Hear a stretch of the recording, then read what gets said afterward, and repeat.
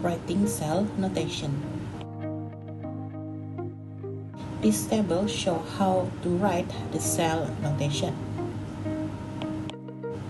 Okey, yang pertama, untuk stoichiometric coefficient kita kena abaikan bila kita menulis cell notation. Contohnya seperti di dalam tabel inilah. Yang kedua, kita kena tengok daripada segi separator, pemisahnya.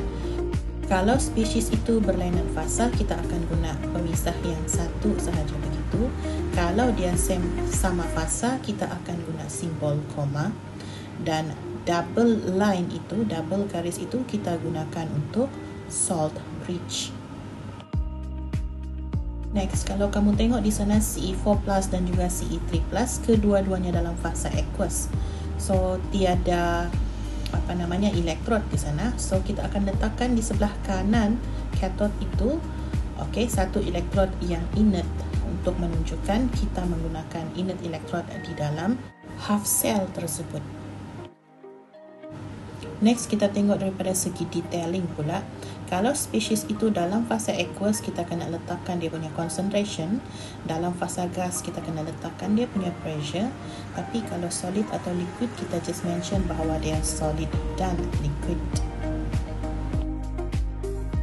In case soalan tidak berikan concentration atau pressure bagi solution ataupun gas tersebut, kita just letakkan X molar ataupun X atm. Okey, yang keempat, kita kena letakkan inert electrode pada terminal.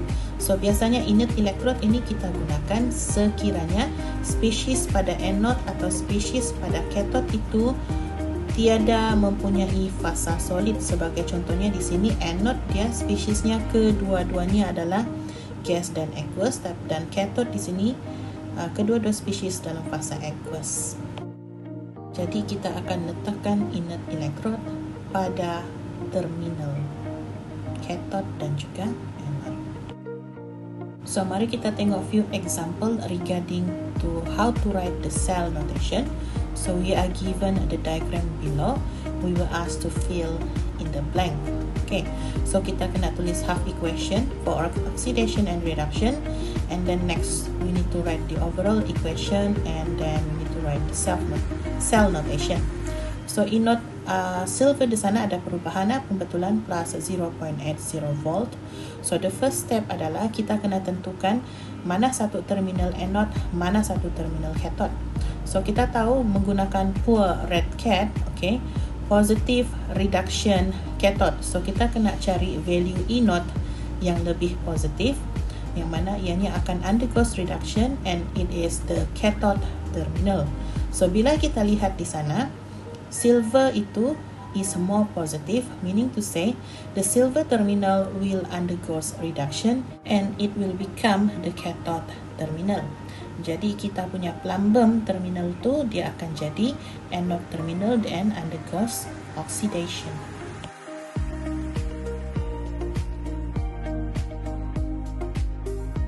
Next, selepas kita sudah determine elektrod yang cathode dan elektrod yang anode, mari kita tulis half equation for both oxidation and also reduction.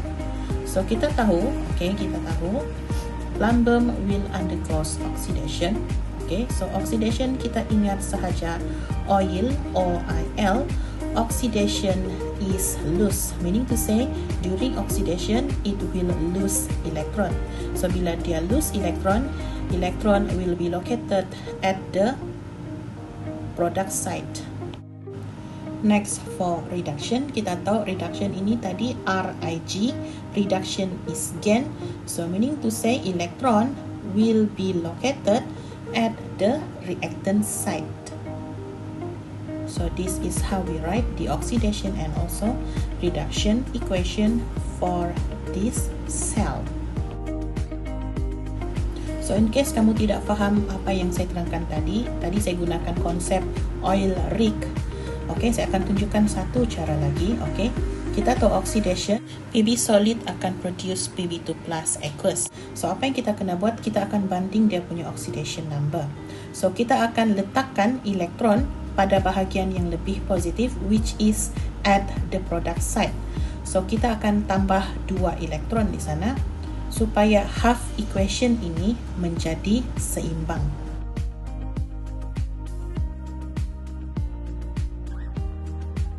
Next, for reduction half equation, okay, kita tahu Ag plus will produce Ag, yang mana Ag plus adalah aqueous dan Ag adalah solid. So bila kita tuliskan oxidation number bagi Ag plus dan juga Ag, okay, sebelah reactant side is more positive compared to the product side. So meaning to say kita akan letakkan elektron di sebelah reactant side, iaitu sebanyak 1 elektron supaya half equation ini menjadi seimbang. Next, kita kena tulis overall equation bagi tindak balas ini. So kamu kena pastikan bahawasanya untuk menulis overall equation, kita punya number of electron for each half cell must be the same. So meaning to say untuk reduction itu kita kena darab 2, okay, supaya dia punya elektron kita boleh cancel out. So the overall equation for this diagram is Pb solid plus 2Ag plus aqueous will produce Pb2 plus aqueous plus 2Ag solid. Next, mari kita tulis cell notation bagi diagram ini. So ini adalah cell notation, yang mana kita tulis cell notation ini berdasarkan overall equation kita. Okay, make sure kita tidak perlu tulis stoichiometric coefficient. Okay, fasa adalah wajib ditulis, dan detailing daripada segi molarity ataupun concentration juga kita perlu tulis. Okay, next example tu dia lebih kurang sama macam example 1. So kalau kita tengok elektrod dia adalah cadmium dan juga iron. So kita akan tengok the more positive untuk jadi cathode. So bila kita tengok E0 bagi cadmium is more positive than the iron. So the cadmium electrode will become the cathode and the iron electrode will become the anode. Anode dia NOx undergoes oxidation, cathode dia red cat, it will undergoes reduction. So ini adalah cara penulisan half equation bagi oxidation dan juga reduction.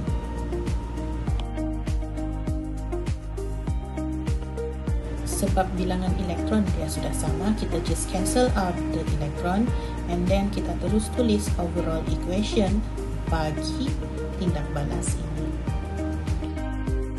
Dan ini adalah cell notation yang kita tulis berdasarkan overall equation yang kita sudah selesaikan tadi.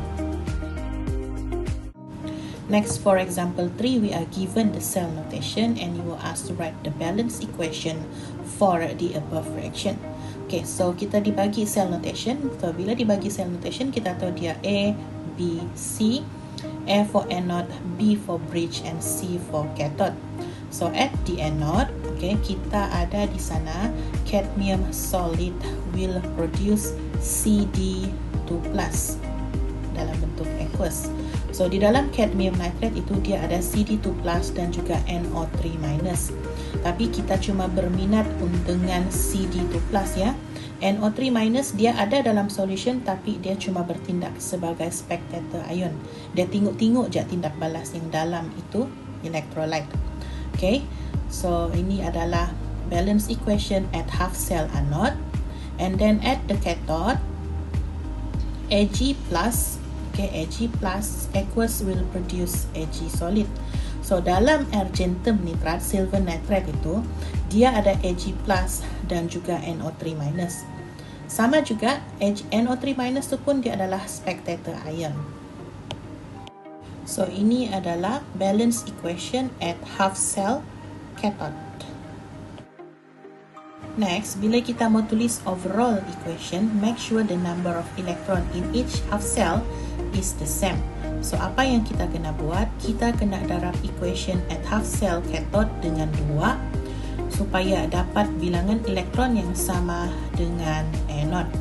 And then after that, kita boleh cancel the electron dan kita boleh tulis the balance equation ataupun overall equation seperti yang ditunjukkan di dalam slide.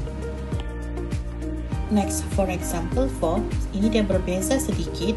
Dia berikan kamu overall equation, okay, and you are asked to write the cell notation for the above fraction. So, langkah yang pertama adalah kita kena cari pasangan bagi setiap spesies. Okay, and then selepas itu kita akan tentukan dia punya oxidation number sama ada increase ataupun decrease. So, kalau dia increase, dia oxidation. Kalau dia decrease, dia reduction.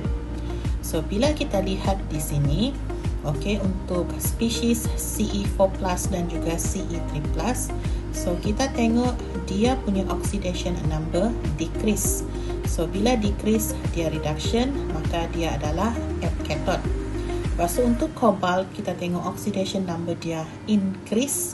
So, bila dia increase, meaning to say, dia oxidation dan oxidation is at anode.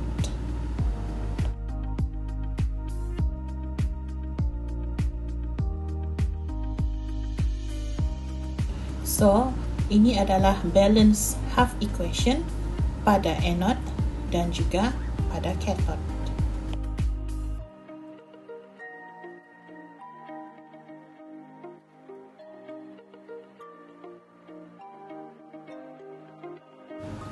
Okey, untuk menulis overall equation, kita kena tengok bilangan elektron terlebih dahulu. So, sebab bilangan elektronnya adalah sama dan located at different site, so kita boleh terus potong, cancel out dan tulis overall equation for this reaction.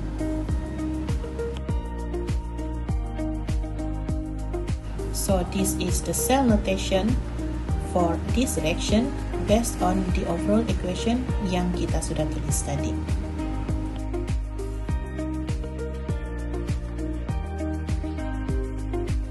So, kalau kita tengok pada cathode, dia punya fasa bagi spesies adalah sama, iaitu aqueous.